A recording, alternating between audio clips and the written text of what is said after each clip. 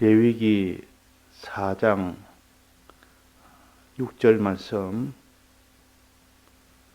그 제사장이 손가락에 그 피를 찍어 여호와 앞 곧 성소장 앞에 7번 뿌릴 것이며, 제사장은 또 그 피를 여호와 앞 곧 회막 안 향단 뿔에 바르고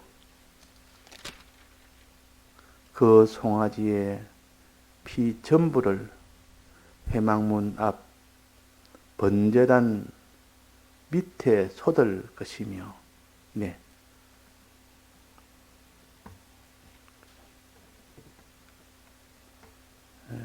예수님의 피에 대해서 우리가 바로 깨달아야 회개를 할 수 있습니다.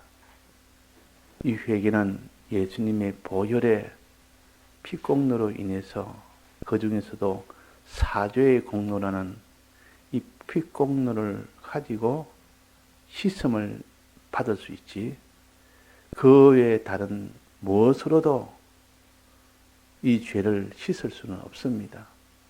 죄를 씻지 않으면 어떻게 되는 거 하니, 반드시 유황불 구렁텅이로 가는 그런 일이 되기 때문에 이보다 더 큰 불행이 없고, 이보다 더 큰 참 사망이 없습니다.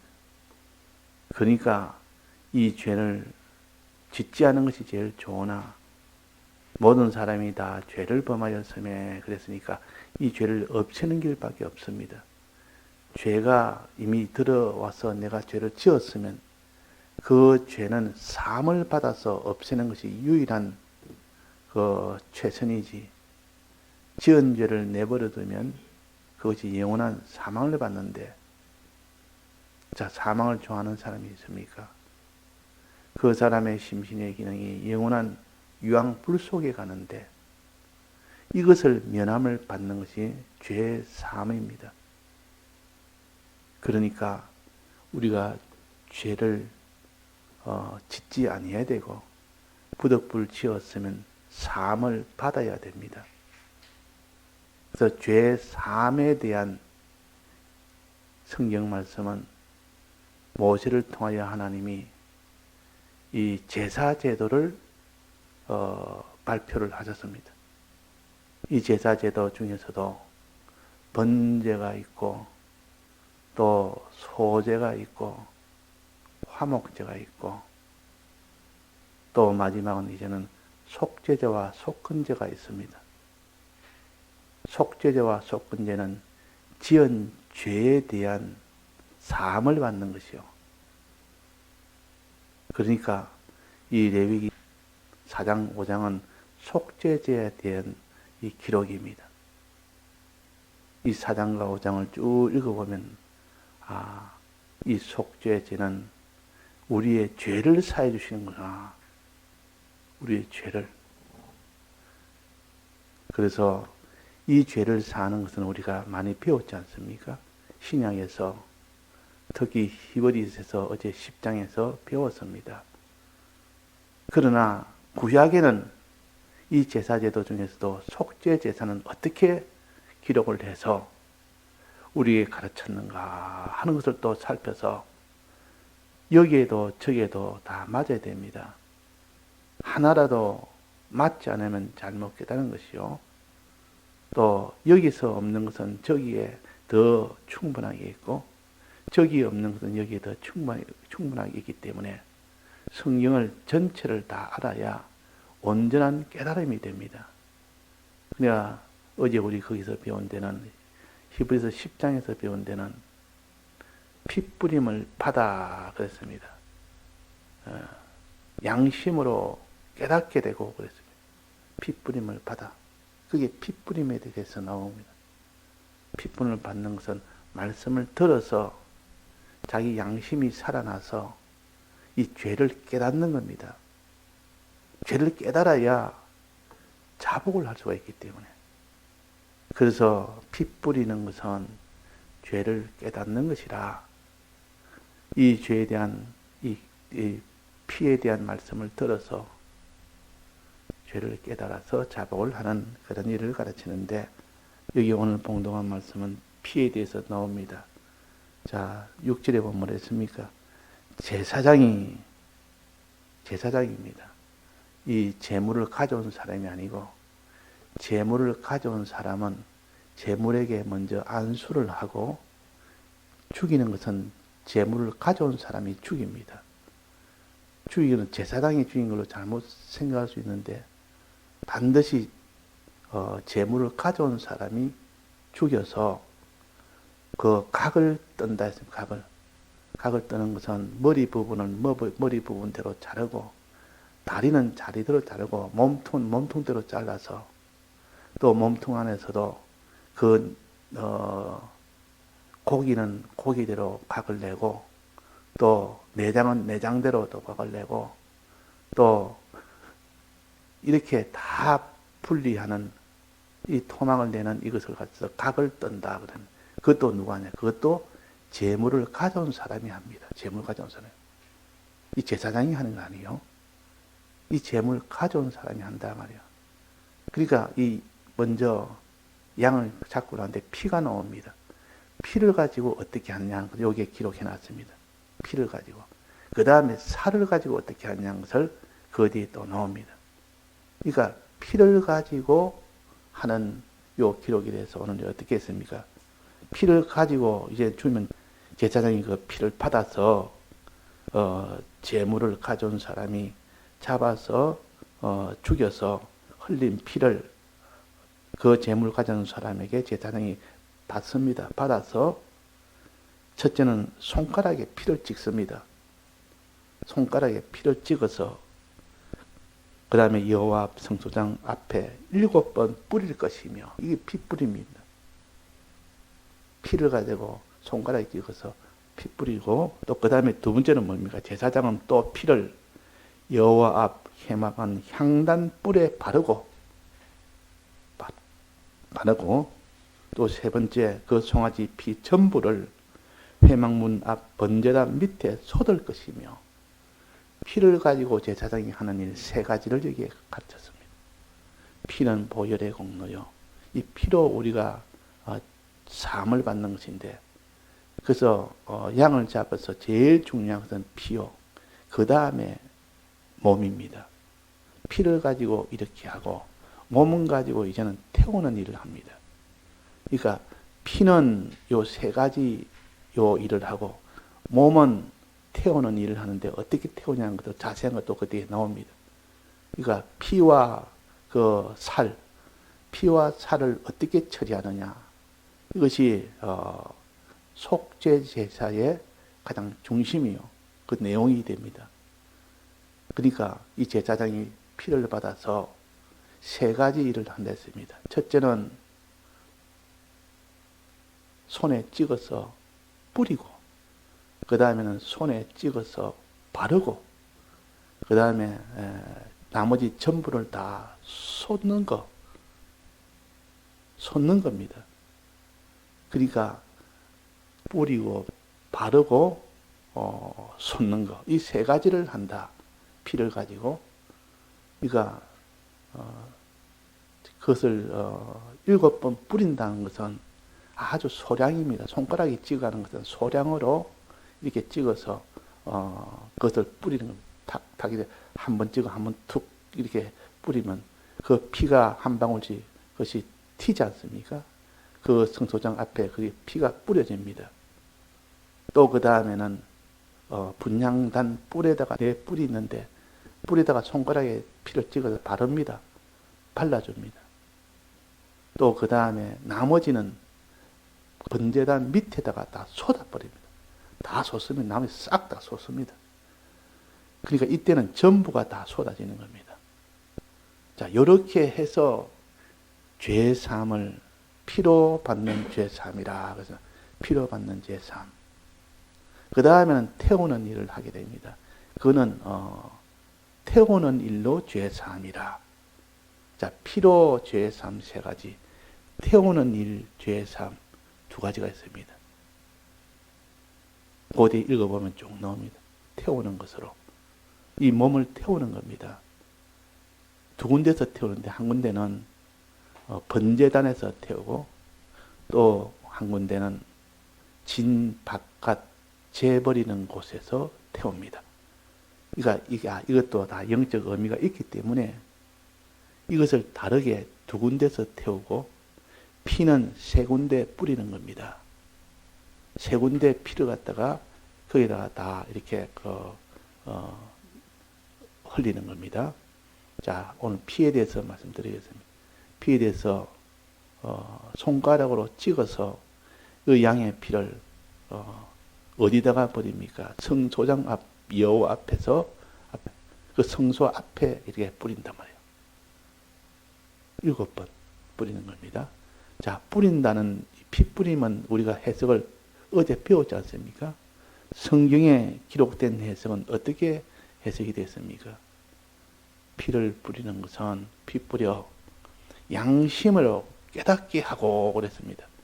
피 뿌리는 것은 우리 양심이 깨닫게 하는 겁니다. 뭐 죄를 깨닫게 하는 거. 주님의 이 피의 도를 들어서 피 뿌린다는 것은 주님의 피의 도를 듣는 것이요. 이게 영적 의미입니다.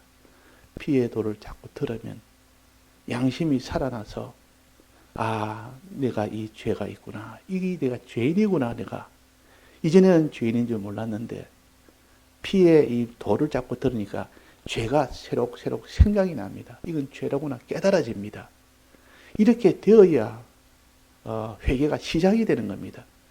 자기가 어떤 죄를 지어놓고도 이 전혀 죄인이라고 여기지 않으면 회개가 아예 출발이 안 되는 겁니다.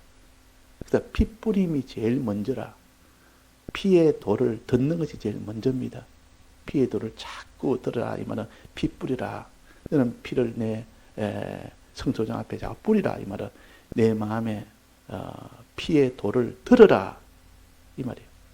그 결과는 어떻게 된댔습니까? 그 결과는 양심이 깨닫게 되고 내 양심이 살아나서 뭘 깨닫게 됩니까? 죄를 깨닫게 됩니다. 죄를 깨달아야 그 사람이 자복을 하지요. 자복 없는 회개는 없습니다. 그래서 자복을 위해서는 죄를 깨닫는 것이 중요하니까. 그래서 피를 뿌리는 자가 되라. 항상 너는 피의 도를 듣는 자가 되라. 그 말입니다. 자, 두 번째는 뭐랬습니까? 이게 바르고 그랬습니다. 이것도 손에 찍어서 바르는 겁니다. 피를 바르는 것이요. 어디다가 바른다 했습니까? 성소 안에 향단 내 뿔에다가 바릅니다. 뿔에다가 바릅니다. 이거는 뿌리는 것보다는 좀 많이 좀 흘리는 거죠. 뿌리는 것보다 좀 더 많이. 즉, 이거는 주의 말씀, 주의 피공로의 이 은혜를 믿는 겁니다. 믿는 것. 믿는 것이 바르는 것이라. 그래서 애굽에서 나올 때 하나님께서 그날 저녁에 너희들은 양을 잡아서 그 피를 어디에 발라라 했습니까? 문설주에 발라라 했습니다. 문설주에 발라라. 문설주는 마음을 가르칩니다. 우리의 마음의 문입니다. 그 마음의 문에다가 발라라 이 말은 너는 그 집 안에 들어있고 너는 문설주를 발라라. 너는 이 대속을 믿으라. 주님이 사죄의 공로를 믿으라. 그 말입니다. 너가 집 안에 들어가서 믿으면 사망이 못 들어온다. 그 믿을 때 그 효력은 사망이 못 들어온 겁니다. 이제는 마귀가 복종하는 겁니다. 마귀가 더 이상 해를 주지 못하는 겁니다. 이런 큰 역사가 일어나는 것이 믿을 때 나타납니다. 바른다 말하는 것은 믿는다. 주님의 피를 바른다. 항상 우리 주님의 피를 우리 마음에 발라야 됩니다. 바르면 사망이 못 들어오고 마귀는 모든 왕노릇을 다 중단하게 됩니다.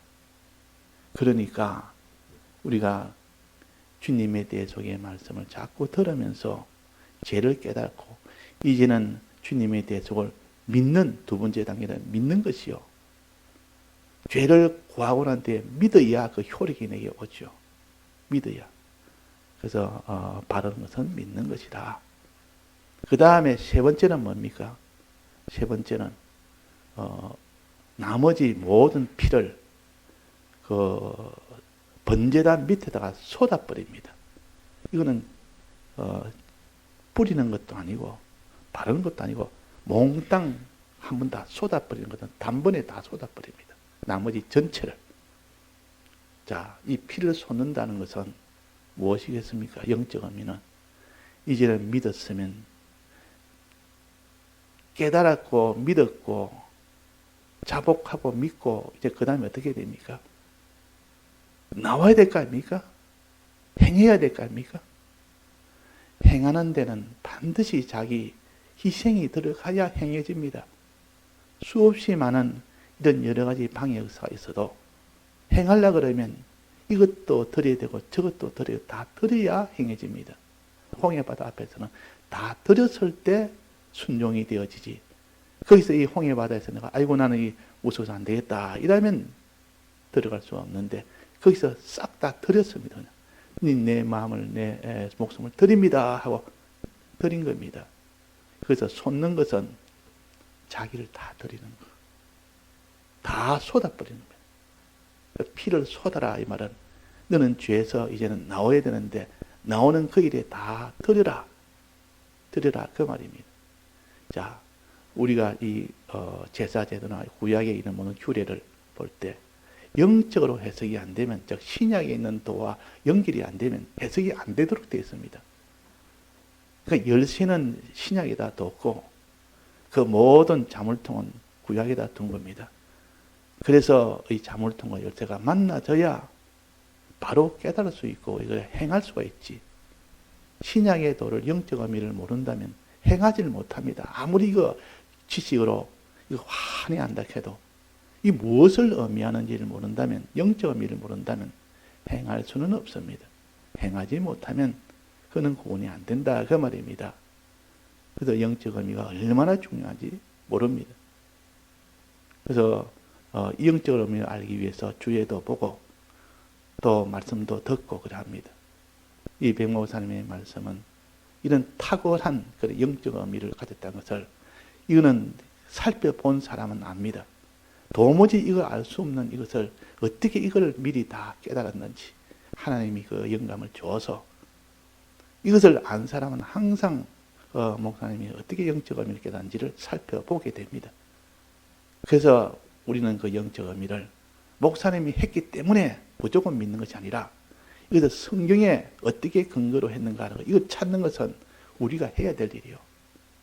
어떤 때는 목사님이 그걸 갖다가 성구를 근거를 해서 말할 때도 있고 어떤 데는 성구 근거 없이 그냥 말할 때도 있습니다.